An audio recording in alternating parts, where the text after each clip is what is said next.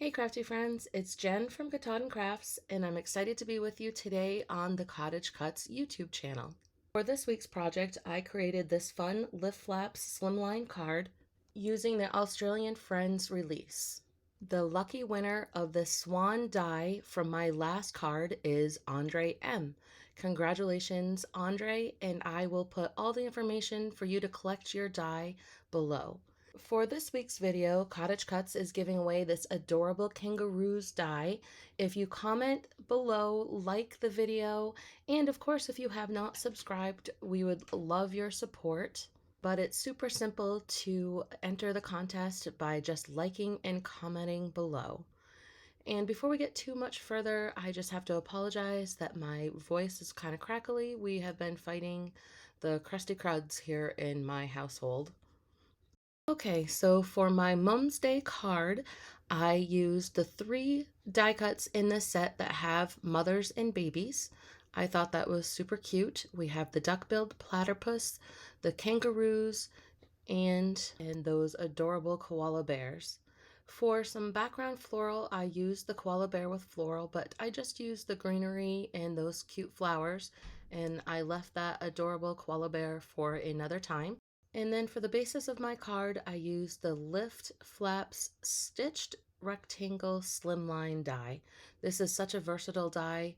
You can use it for so many different little peekaboo cards. The first thing that I did getting ready for the card was to back 2 pieces of cardstock with some sticky back paper, and then I cut out my dies, but the sticky back holds them all in place for me so I can color them. And when you color them, they kind of look like a hot mess at first, but it's so much fun watching all of those details come together to make these cute little critters. I am going to speed this up a bit when I start assembling my little characters here. We're going to start with the mama duck-billed platypus, and you can see how they have the arms, so they are partially cut so you can lift those and slip in that little middle belly section. And then you can put the arms back down. I love all the details of these dies. And I missed the bottom just a little bit, so I'm going to take my Copic marker and fix that up. And then we're going to layer on her beak and then her eyes. They have the whites of the eyes, and then they have the pupil. How adorable is that? And then the little feet are all separate. Everything is just amazing. And then this cute little flower. We have a seasonal business here in Maine, and on Mother's Day, we give every mother that comes to visit us a flower for that day. So as I was assembling this card, I did think of that tradition, and I thought it was kind of cute. I made sure that each one of the little babies inside the flaps had a flower that they could be giving to their moms.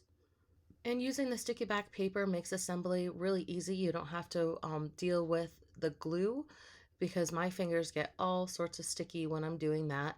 The only con with it that I found so far is some of the delicate pieces are hard to lift off. So some of those beautiful florals or the greenery has sometimes torn on me, but that is probably more user error, but that's just definitely a little bit of a con using the sticky back paper the way I like to do it.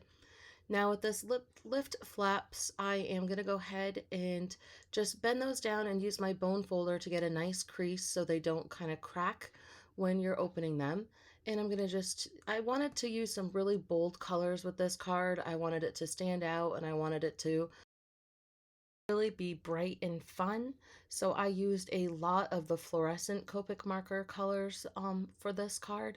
And I also wanted to bring out those florals that I was talking about as my gift to all those moms. So in order to do that and to make it blend, I used the same colors around the edges. And as you know from my prior cards, I tend to use more of a very light pastel palette.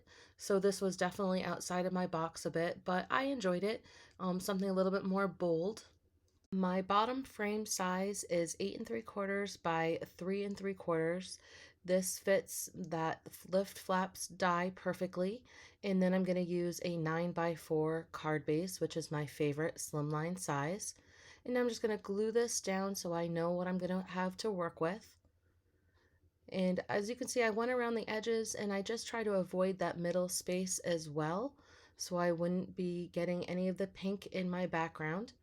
Now I'm going to snip off this little bit of this branch because I wanted the baby to also be on a branch. And you can see that some of this does overlap and the flaps are a little bit trickier to open, but it still does work in the end. I will show you that. Now I'm just going to use different florals from the Australian set dies to build up my backgrounds for both the mums and the babes. As you can see, I did use a light blue Copic marker for all my backgrounds, and I just wanted that to look like a basic sky. And also, I don't think I mentioned it before, but I did, after I did the duck-billed platypuses with you, I went ahead and I assembled all the other moms and babes off camera just because it saves us a little bit of time. I do use the packaging when I'm assembling my die cuts for reference, which is really helpful. They have fully colored packages, which again, that is just a great benefit from this company. See how I turned that branch so I was able to separate my two koalas by doing that. And it kind of looks like that koala is just kind of dangling on that tree, getting that flower for its mama. And now we're going to go ahead and finish building up the little koala face. And what I use is just a very thin multi-liner pen to bring out those details a little bit. When you cut your die cut, if it has details like that, they already are depressed into your paper, so you can find those eyes and anything that you wanted to add those little details to very easily.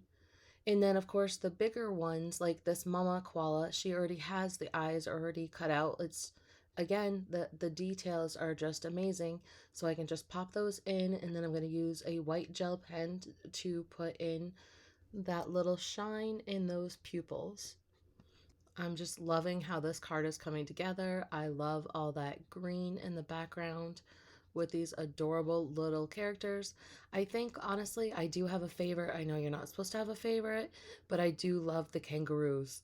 They are so super, just absolutely adorable. I love how the little pouch fits. You can separate it. The die cut has a scored mark that you can separate and slip that little Joey right into her pouch. How cute and perfect is that?